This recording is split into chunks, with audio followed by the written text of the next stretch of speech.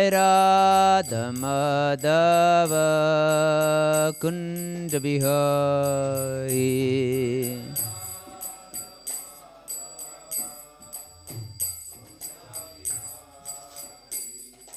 Gopi Janavallabha Girivaradhari.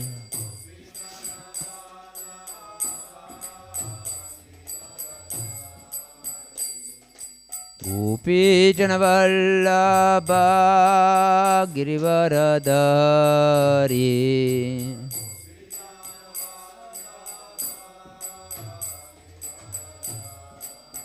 Yashodanandana Brajaja Naranjana.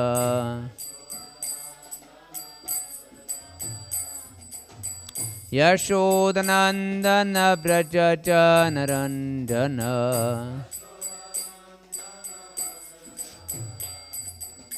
Yamunatiravanachari.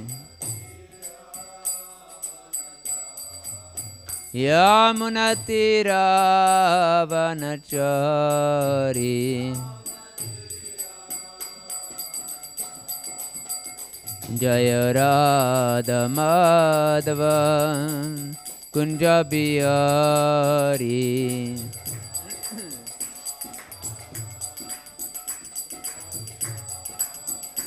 Jai Radha Madhava Kunja Bihari.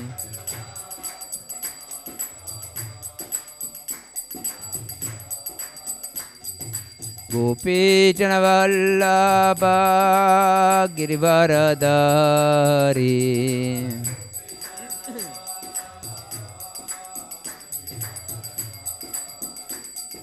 Gopi Janavallabha Girivaradhari.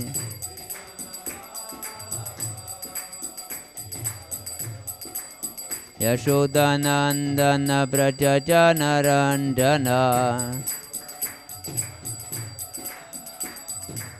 Yashodanandana Brajaja Naranjana. Yamunatiravanachari. Yamunatiravanachari. Jaya Radha Madhava Kunja Bihari.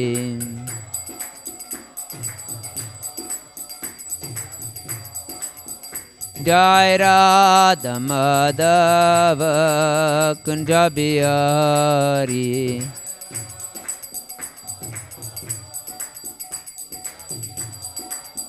Hare Krishna, Hare Krishna, Krishna Krishna, Hare Hare. Hare Rama, Hare Rama, Rama Rama, Hare Hare.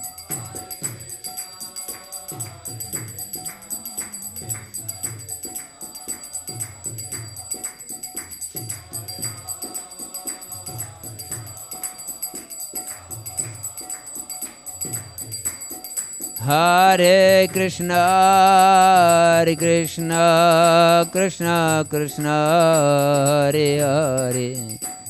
Hare Rama, Hare Rama, Rama Rama, Hare Hare.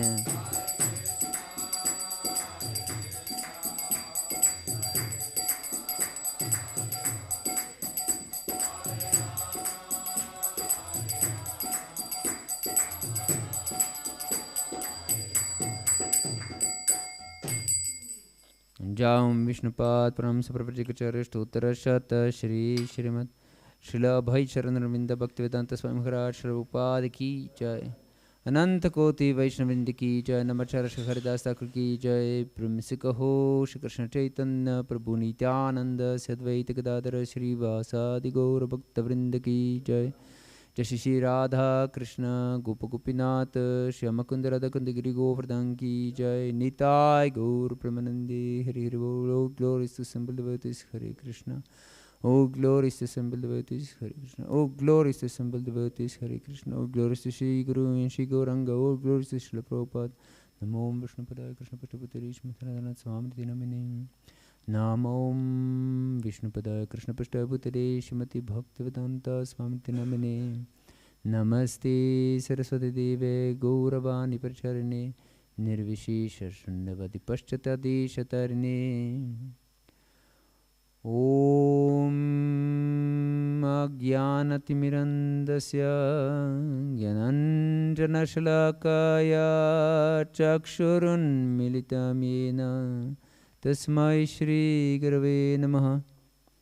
Shri Chaitanya Manobhishtam Stapitam Yena Bhutale Swayam Rupah Kadamahyam Dadati Swapadantikam Vandeham Shri Guru Shri Yuta Padakamalam Shri Gurun Vaishnavamscha Shri Rupam Sagrajatam Sahagana Raghunatanvitam Tam Sajivam Sadvaitam Savadutam Parijana Sahitam Krishna Chaitanya Devam Shri Radha Krishna Padan Sahagana Lalita Shri Vishakanvitamscha.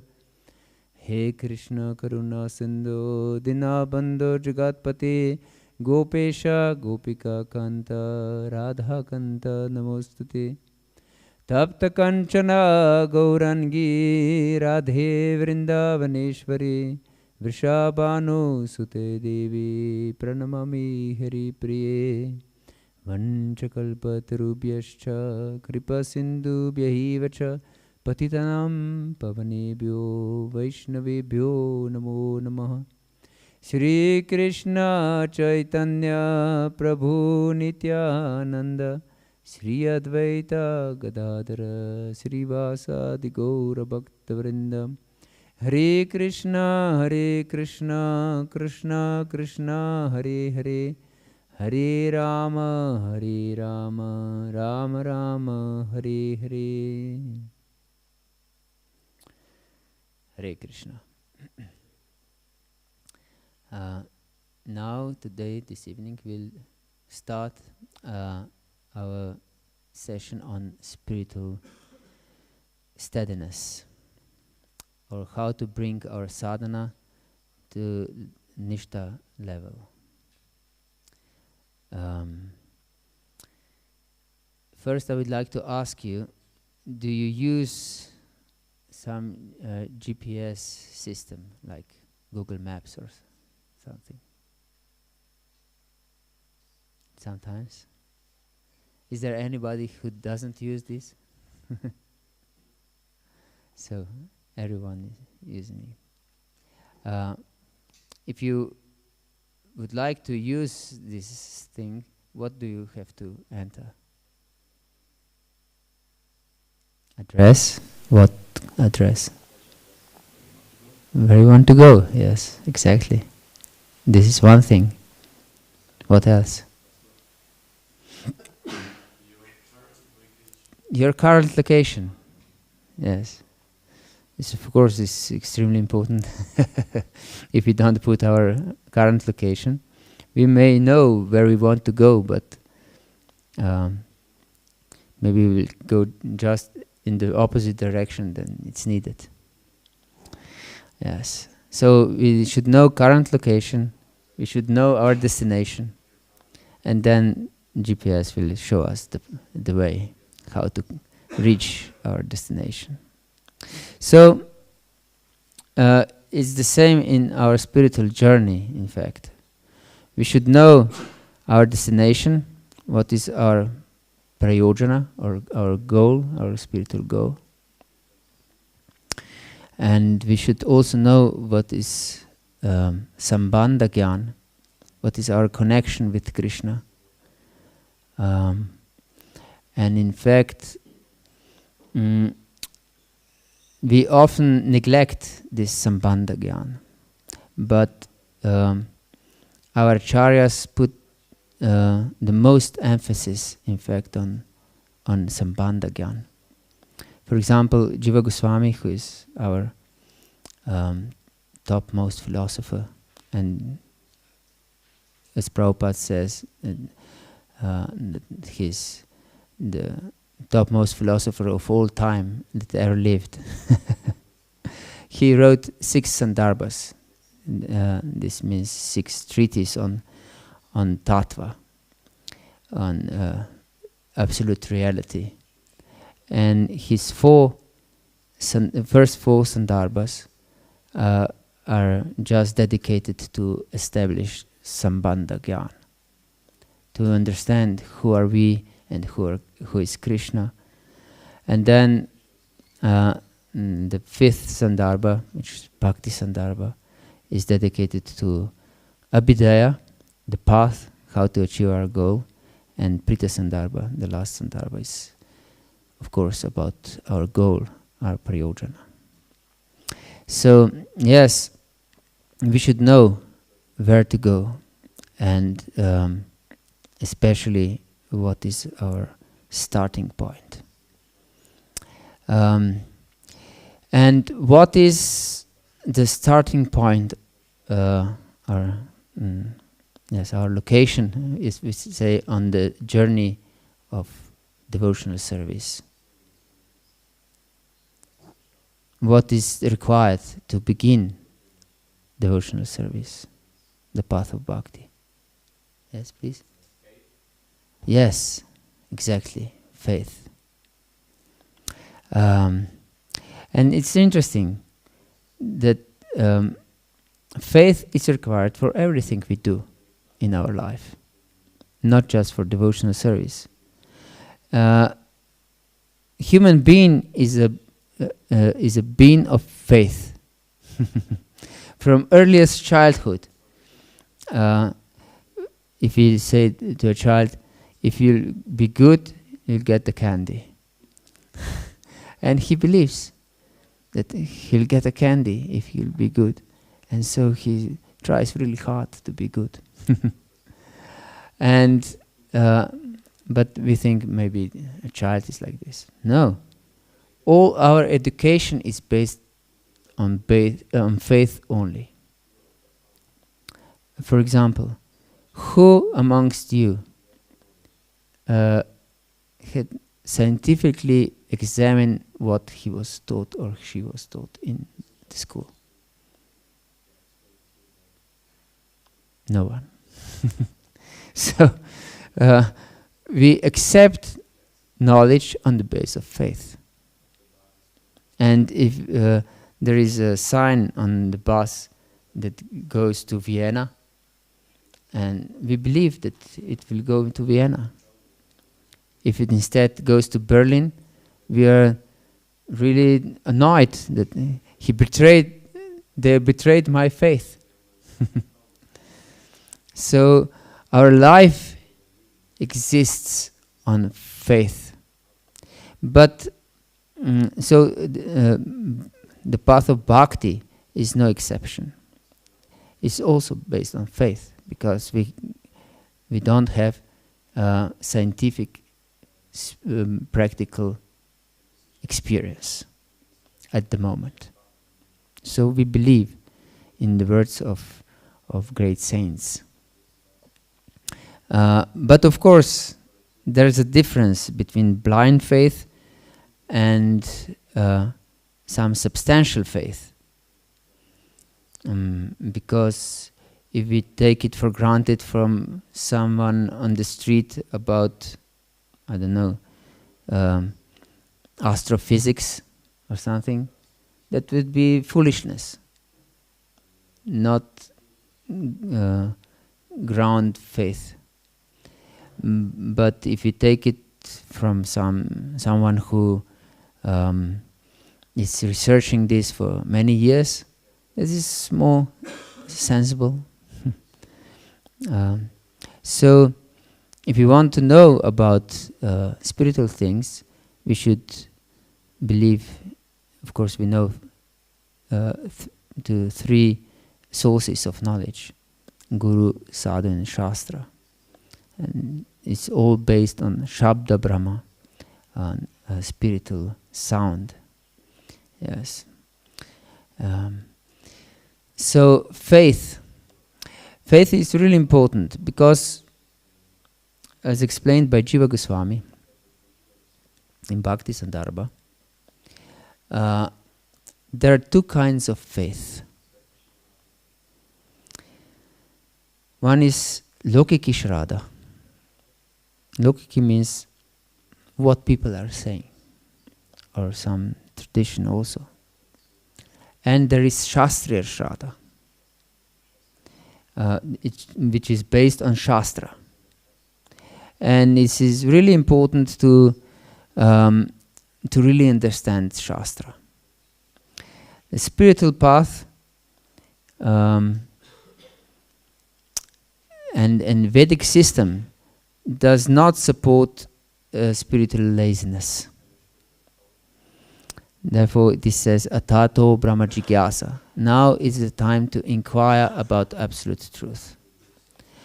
And it says, it is said in Srimad Bhagavatam,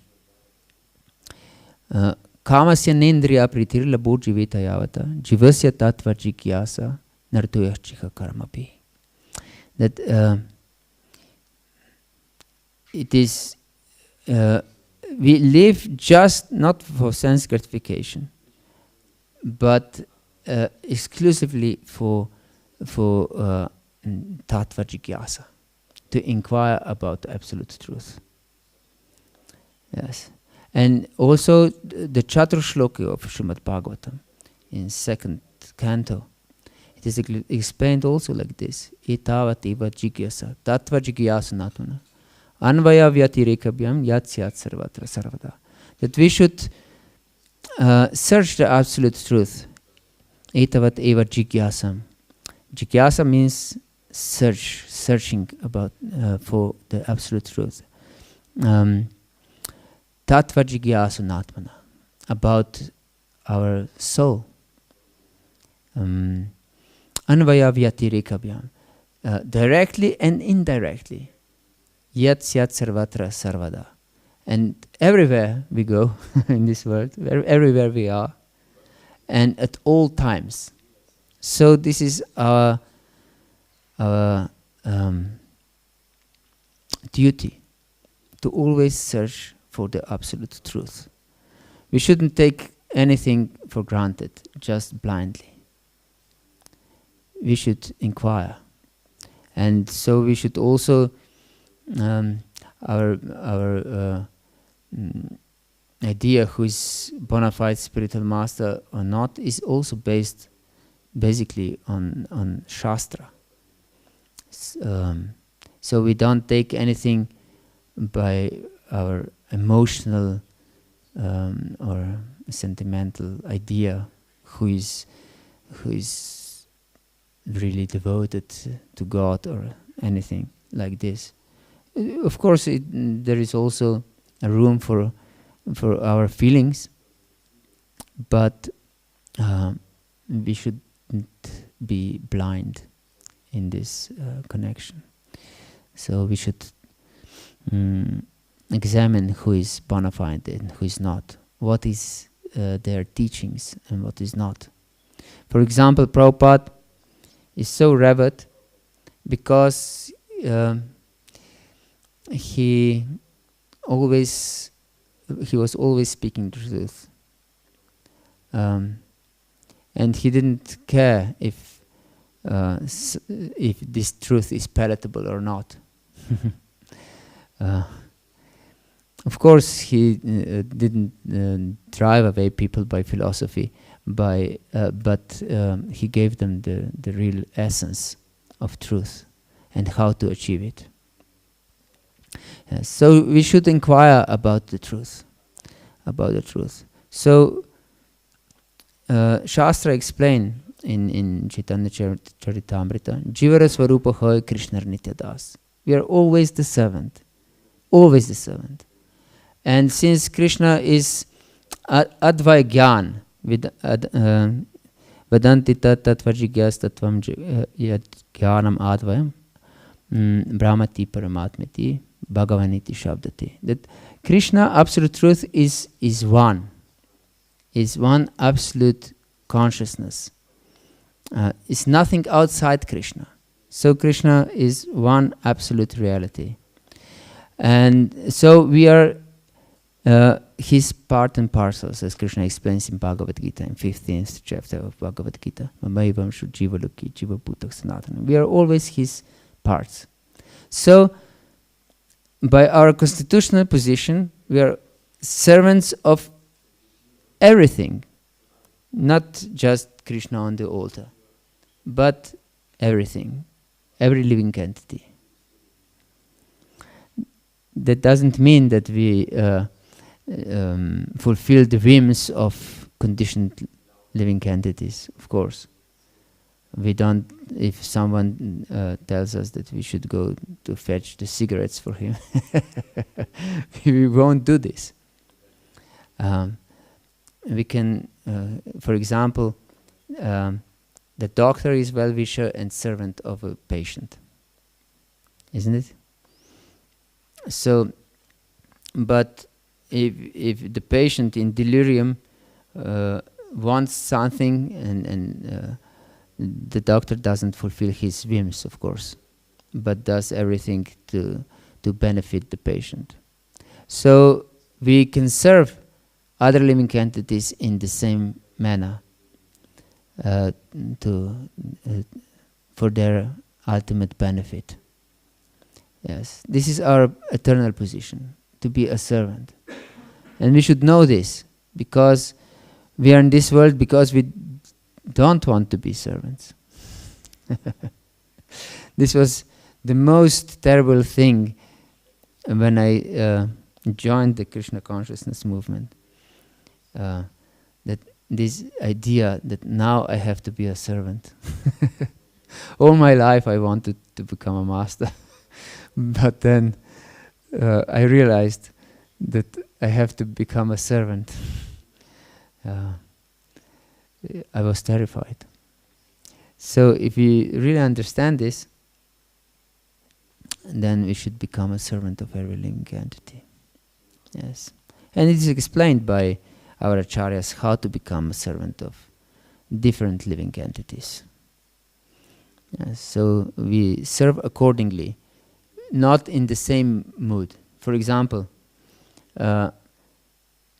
we serve a cow by giving her a bunch of grass and scratch her neck and so on. But we don't serve a brahmana in the same way. We don't give him a bunch of grass or scratch his neck. It would be offense and not service. So we should, of course, serve according to the position of certain living entity. Yes, we shouldn't be foolish. Yes, so what is important is to have Shastriya Shraddha, as I explained, because people are talking many different things that are just believed by people, even devotees. Do you know what was his name? Bhakti Vishramba Madhava Maharaj. Did he come here anytime? To Simhachal? No. He was very special, Avaduta-like Maharaj, sannyasi.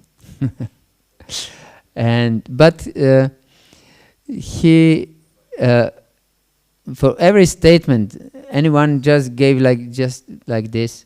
He asked, "Where's the Sanskrit to prove this?" Where's the Sanskrit to prove this?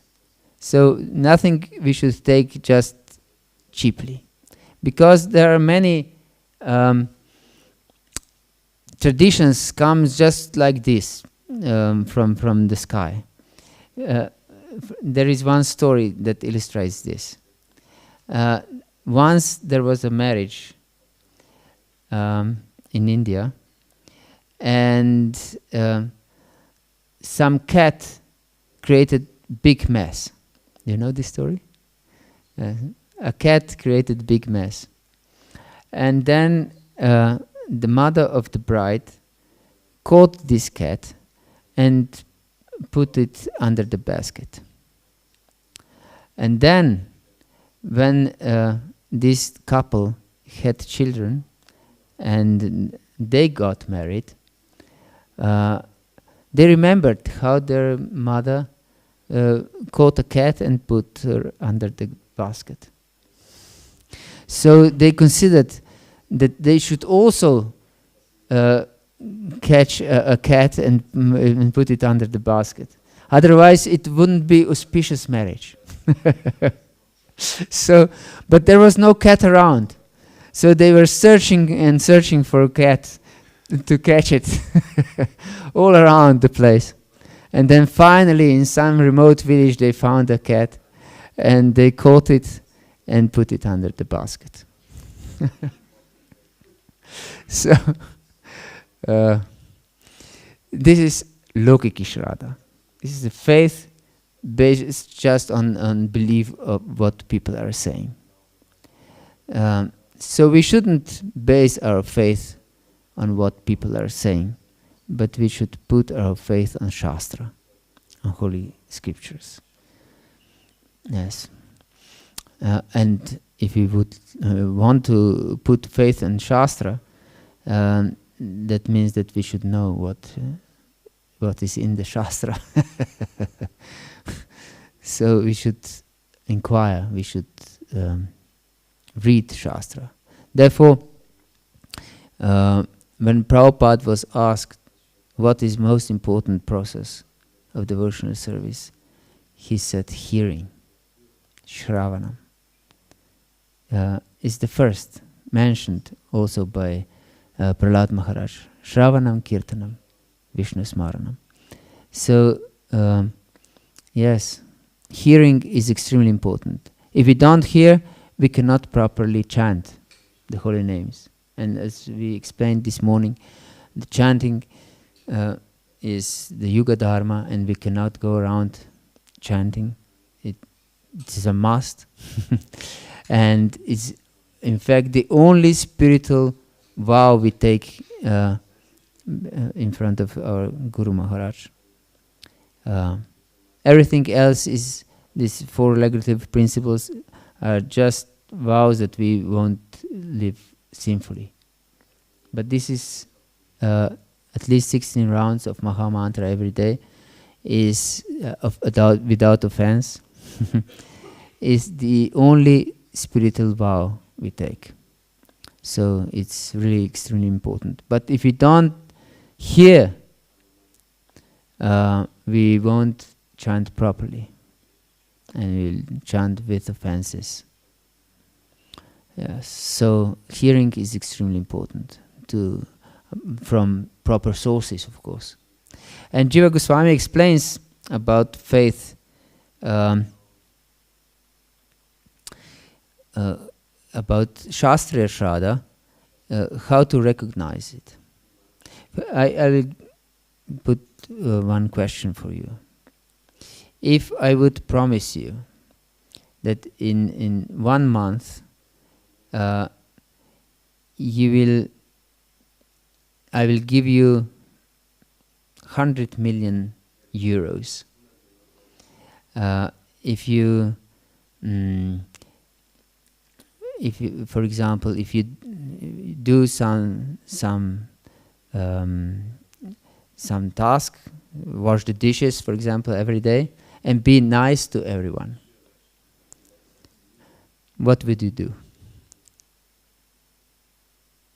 In 1 month, 10 million euros, 100 million euros.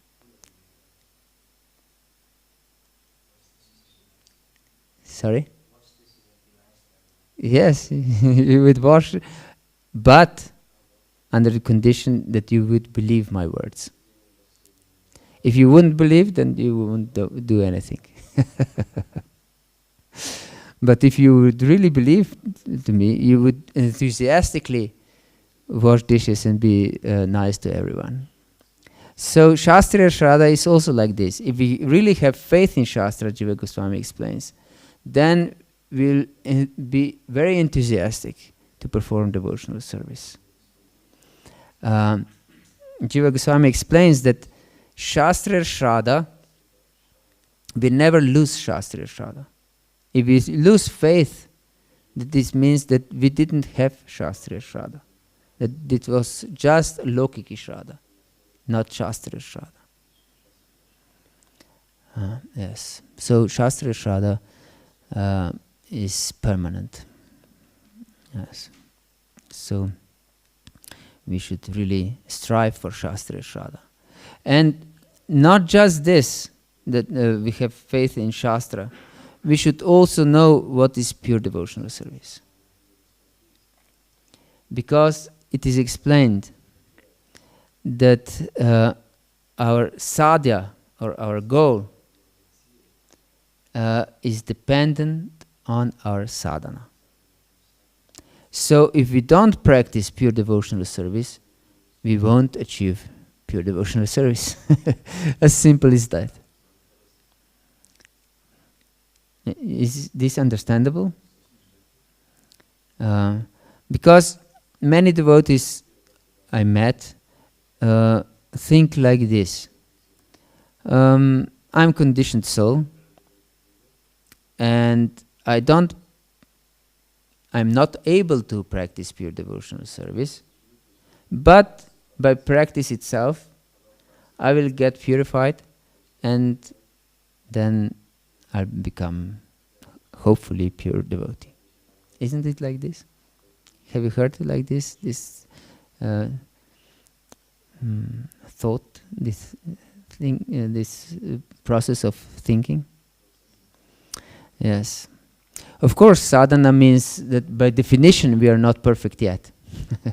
Otherwise, we wouldn't practice any sadhana if we would be perfect. Because perfected beings, they don't perform sadhana, they are perfect already. They just perform pure devotional service all the time. But there is a process of pure devotional service. And this word process, that means that we are not pure, but we take to the process of pure devotional service.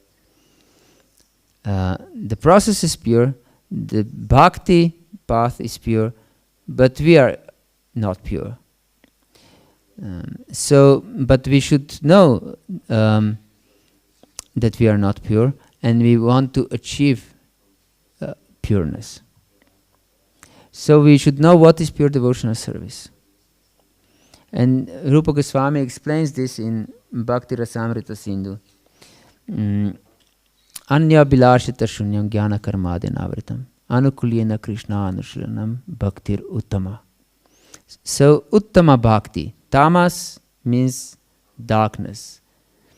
And uttama, and of course darkness is in material world. Material world is dark by itself. And uttama is beyond darkness, on transcendental platform. And what is on transcendental platform? Anya bilashita shunyam. Anya means other. And abhilasha means desire. And abhilashita means tendency to desire. Anya bilashita shunyam. Shunyam, do you know this word?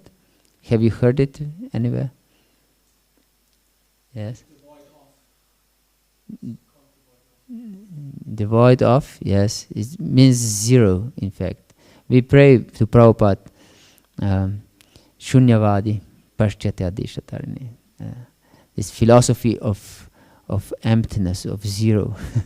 He destroys this philosophy. So, Anya Bilashita Shunyam, there should be no tendency for any other desires. And this is good to know, What does it mean? Because if it would be just anyabhilasha, we should be without any other desire, it wouldn't be possible for us. Because who knows how many desires we have? Unlimited desires.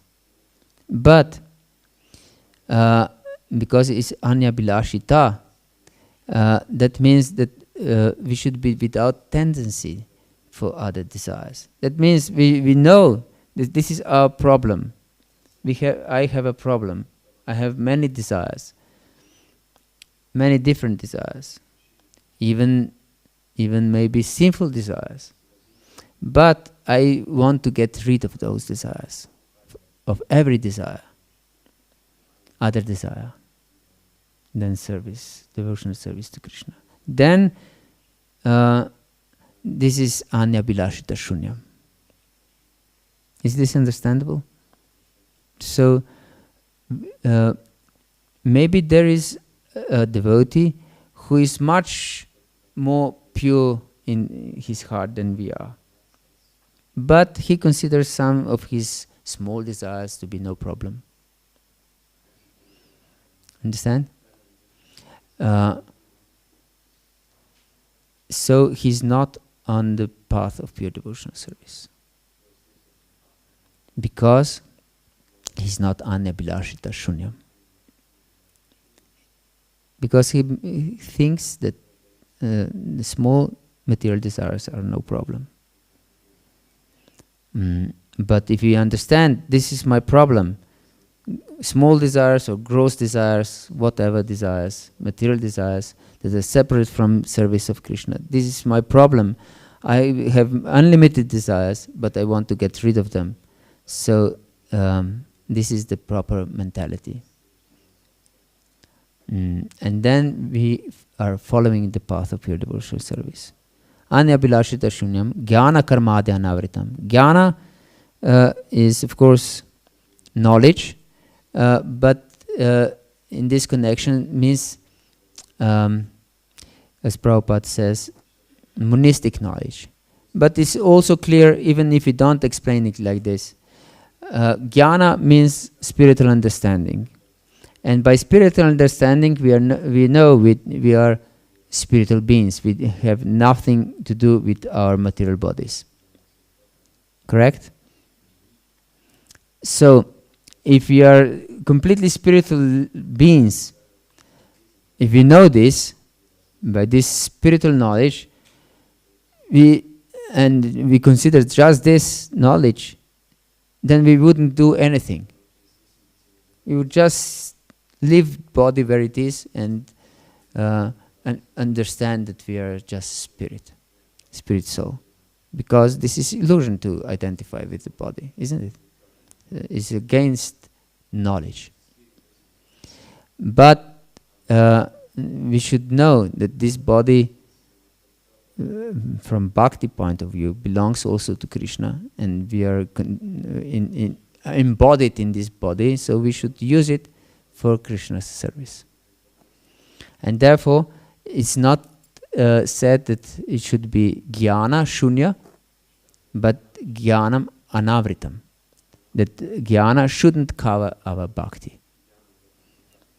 Anavritam means not covered, that our bhakti is not covered. And also by karma. Karma is, of course, work. So our work shouldn't cover our bhakti, but should be engaged in devotional service. Yes, because there are many different duties according in Vedas. So if we do our duties without consideration of bhakti, this would be covering of our devotional service. Yes, and then it's anukulyena.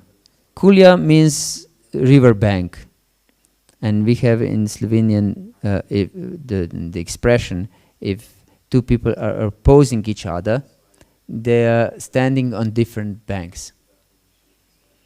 And here this verse says that we should be on the same bank with Krishna.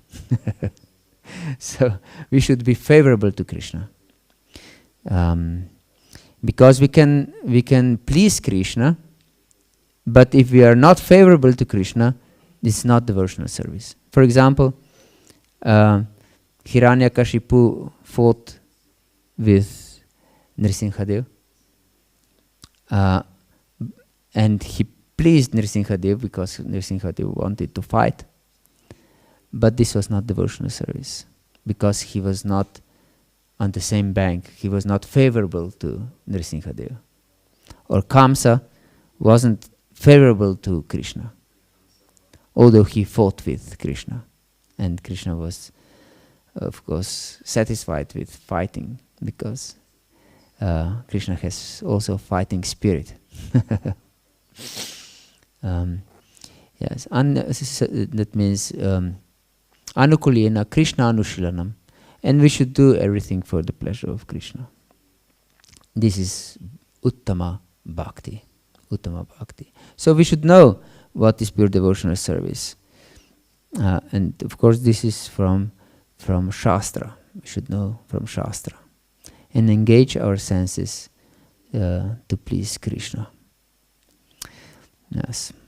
So because why I'm stressing this, to know this, because only by performing pure devotional service with proper consciousness, then we can achieve the goal of pure devotional services, and this is Krishna Prema.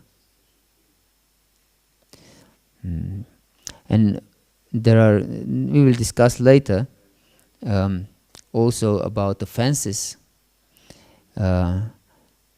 which are also important to understand from this point of view, to know what is pure devotional service. Because if we commit offenses, then we cannot achieve our goal also. We shouldn't take it lightly. You shouldn't take it lightly and think that death will bring us some miracle. This is really interesting, that people believe, not just devotees, but everyone believes that death will bring them some miracle. For example, I'm coming from Christian background, and usually Christians, at least in Slovenia, is like this. Majority of Christians are living just ordinary material life. Maybe they go to church every Sunday if they're really pious. But otherwise they just live ordinary material life. But they think that I'm a good person, and at the end of life I'll go to heaven. Do you know such people or such mentality? And the atheists think I'm existing now, and at the time of death I will exist no more. And even some devotees tend to think, I'm performing devotional service, I chant my rounds, I'm not so strict, I have many desires and I fulfill them also. But Krishna is merciful, and at the end of life I'll go to Krishna Loka, to spiritual world, back home, back to Godhead. They all believe in miracle, that death will bring some complete change of existence. But this is not the Krishna's idea. He says in 8th chapter of Bhagavad Gita, Yam yam vapi smaram bhavanti ajantyanti kalivaram tantam aveti kanta sadatad bhava bhavita. Whatever state of consciousness one has at the time of death, that state will be achieved without fail, without any doubt. So there is no miracle at the time of death. So if we want to go to spiritual world after death, we should live in spiritual world now. If we want to go to heaven after death, we should live in heaven now. And if we want to and if we consider it that we will no longer exist after death, we shouldn't exist now. So we shouldn't believe in miracle, death miracle. This is against the preaching of Krishna. Yes, it's basically illogical. So whatever state of consciousness we have, that we will achieve. So if we have the state of consciousness that we want to follow pure devotional service, then pure devotional service will be achieved. But if we consider that some material desires are no problem, then we will, as Prabhupada said, if we have a desire for one chocolate, we'll get a body to taste it. To taste the chocolate. Yes, it's like this. You have a desire to, some material desire, we'll get the opportunity to achieve this. And then people many times from different denominations ask why Krishna or God allows this. Isn't it? This is a classical question. But they don't understand that spirit is by nature free. When we go to spiritual world, we are completely free. And even now we are completely free, if we want to be. And so everyone can do whatever he or she likes. Because this is, spirit is freedom, complete freedom, absolute freedom. So it is no question of allowing or not allowing. It's freedom. It's freedom. But of course, if we do something against the principle of devotional service, then it means that our actions will have some reactions. It's of course, we can choose our reactions. So, my message for today is to develop firm faith in pure devotional service. In pure devotional service. And that we follow the path of pure devotional service as delineated by our acharyas, especially Srila Prabhupada. By this we can attain the ultimate perfection,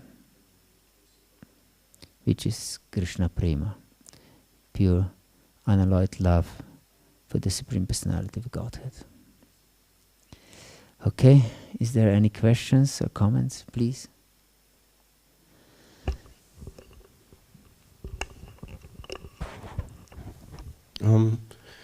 You spoke about two things, which I would like to know how they relate in the course of our, let's say, devotional practice. Which is, one is that Sambandha Gyan is very important, and the other is that Jnana should not cover Bhakti at any time. And so nowadays we have more and more systematic facilities for study in ISKCON, and as individual devotees we also like to have a schedule that we read this book, we read that book, and sometimes it seems that if we become a little more systematic, then we tend to go away from the principle of pure devotional service, because we are engaged in cultivating knowledge.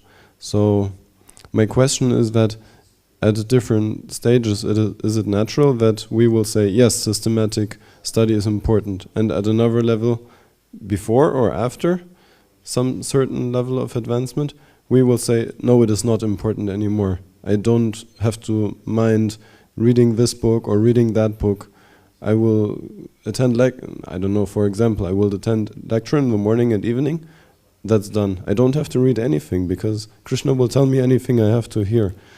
So I feel like there are different levels where different things are of relevance. Maybe you can speak about this. Yes. Thank you for this question. It's important because we can hear like this many times. But this studying of devotional books and Shastra is not jnana that covers our bhakti. It is devotional service itself. It's part of hearing. And we should hear very carefully. Otherwise we will have misunderstandings of philosophy. And this was explained in the beginning, that we should always inquire, atato brahma jigyasa, etavateva jigyasan, tatva jigyasan atmana, anvaya vyatherikavyam, yat syat sarvatra sarvada. It is explained that we should inquire always, at all time, at every place. So this tattva jigyasa means that we hear philosophy from proper sources. That means from Shastra, from Guru, from Sadhu. Of course, that means also that we hear lectures morning and evening, because we usually hear sadhus or spiritual masters, and we should also study Shastra, and systematically, of course, is the best, because then we make connections and we see systematically how Shastra is presenting the absolute truth, Krishna, in fact. And Srimad Bhagavatam is Krishna himself. So, and it is also injunction in Srimad Bhagavatam itself.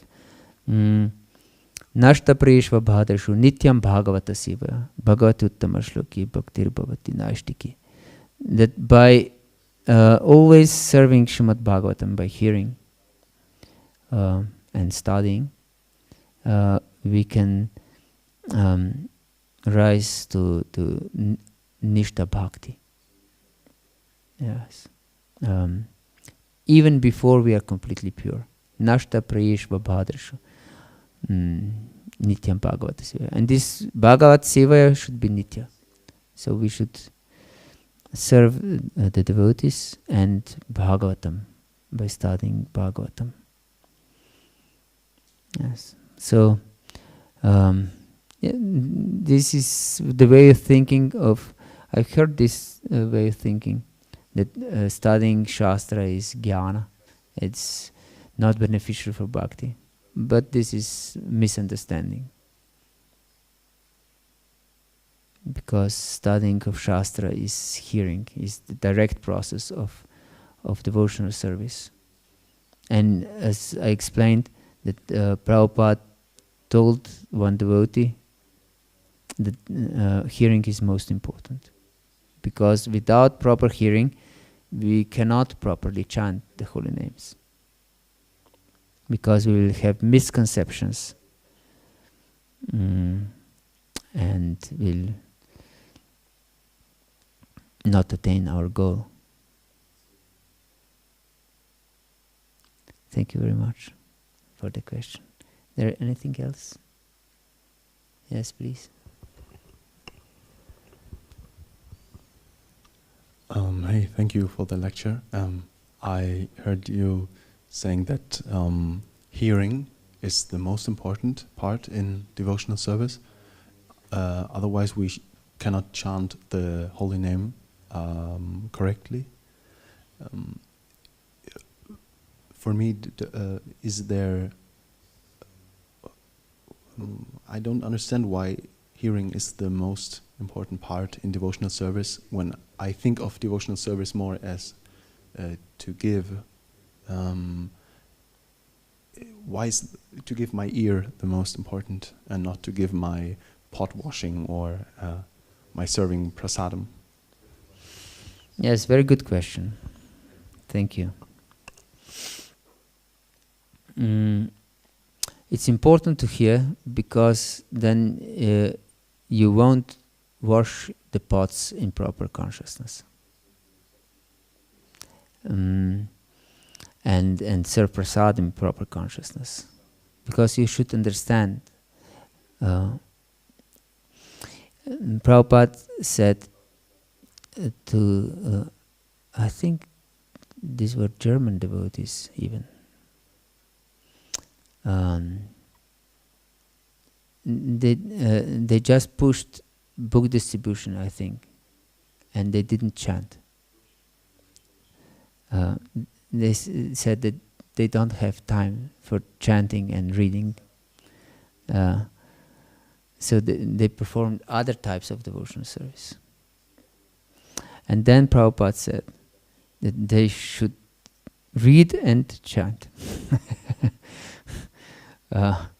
And otherwise, he said, the time will come that devotees will ask themselves, why Guru Maharaj gave me this burden of taking care for the deities? Then the worship of the deities and caring for the deities will become just a burden, because they won't have proper consciousness.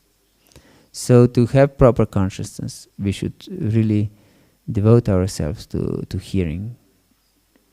And then we will have the proper understanding how to chant, how to wash pots, how to serve prasadam, how to, for example, because what we explained about pure devotional service, majority of religious people in this world, and even devotees, they ask God for different boons. And for example, for good health, for good wife, for good husband, for good grades in school, for good job. And they think that it's just normal. But this is not pure devotional service. As explained by Prahlad Maharaj, this is a Vanik mentality. Vanik, you know what is Vanik? Merchant, exactly. Vanik is merchant. That means this is a business deal. I offer this service and I expect this in return. I pray for these boons. Yes, but this is not pure devotional service. We should understand this. And especially in such communities, for example, as in Simhachalam or other communities, devotees think, yes, I devoted so many years in the service in this community, so it's proper for devotees to take care of me. But this is a Vanik mentality. My service should be unconditional, ahetuki. Unconditional. Otherwise, I'll be robbed of the rarest jewel of pure devotional service. We will never get it. We can serve life after life. But if we have this mentality, I should be careful because I did so much service. This is expectation of some payment, in fact, in some form or another. Yes, that's so much important on hearing, proper hearing, that we understand what is pure devotional service and what is not. If we won't properly hear and understand, then we'll definitely miss our goal because of our conditionings. From time immemorial, we are conditioned souls. So we have completely perverted ideas what is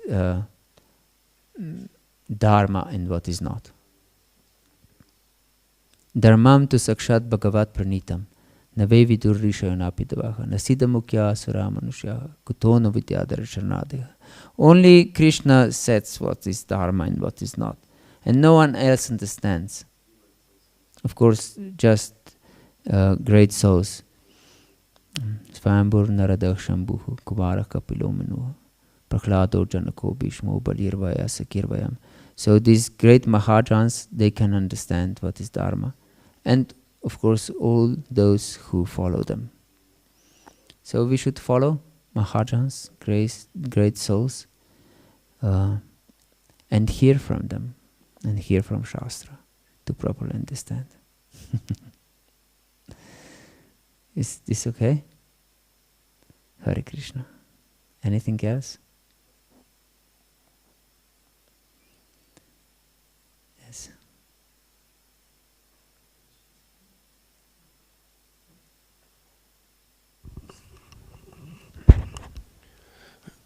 Is Uttama Bhakti something we should try to constantly practice as soon as we come in connection with the process? Or is it something that we may say that I will try to practice it 1 minute a day or 1 hour a day, and gradually maybe 5 hours a day, and one day I will practice it all the time? So is it something which we should have an ambition to gradually develop, or is it something that now and never anything else again? Yes, this is an important question. As I explained, the Jiva Goswami explained that Shastriya Shraddha means to understand what is our position, and who is Krishna, who are we, and what is the process of devotional service. And so our enthusiasm is unwavered. So if we are not convinced, that means that we are not achieved Shastriya Shraddha yet. Or if we consider that I'll practice pure devotional service for a minute, 5 minutes, or even for a day or two, this is some kind of cheating mentality again, because that means that I have other desires, but I pretend this day or two that I don't. You understand? So, and I still try to fulfill also in those 2 days these desires. So, of course, even if we cannot give up these desires, it explains in Srimad Bhagavatam, Jata Shraddha Mahkatasu, Nirvina Sarva Karmasu, Veda Dukhatmakam Kaman Parityagena Pyanishvaraha. Even if you are anishvara to give up these desires, unable, Tato Bhajita Mampritak Shadalur Drida Nishcha. That means that we should continue to serve with Drida Nishcha, with firm determination. Jushud Manasha Dang Sarvan Dukhodarkam Shagarhan. And we should know that all this sense gratification leads to misery. And we should try to give this misery, sense gratification up. But if we are unable to do it, we just continue with devotional service, and we lament that we are unable to give this sense gratification up. And we are determined not to waver from the path of devotional service. And this is explained by Vishwanath Chakravarti Thakur in the commentary to these verses, that how should be our conviction, that even if Brahma comes and preaches me to leave devotional service, I won't do it. I will stay to faithful to the path of devotional service. But as Krishna himself explains these two verses, we should be very happy in devotional service, even if we are unable to control our senses and have many different desires. But we should know these desires are good for devotional service because they are desires to serve Krishna, and these desires that are selfish are not beneficial, and I try to give them up. You understand?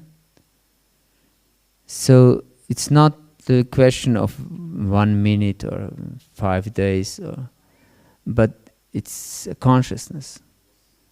As Prabhupada established, not a movement for worship of Krishna. Of course we worship Krishna, but it's a movement of Krishna consciousness movement. Because we should develop proper consciousness. We should know, this is my problem. Of course, maybe I cannot give these other desires. I cannot give them up. But I know I should give them up. And I'm striving for this. Maybe I'm falling every second day. But I'm just continuing and trying to give them up. Yes. It's a question of consciousness. Hare Krishna. Is this understandable?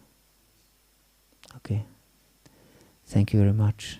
Srila Prabhupada ki jai, Gaura Bhakta Vrinda ki jai, Nitai Gaura Pramanandi Hari Ribo. Please accept my humble obeisance.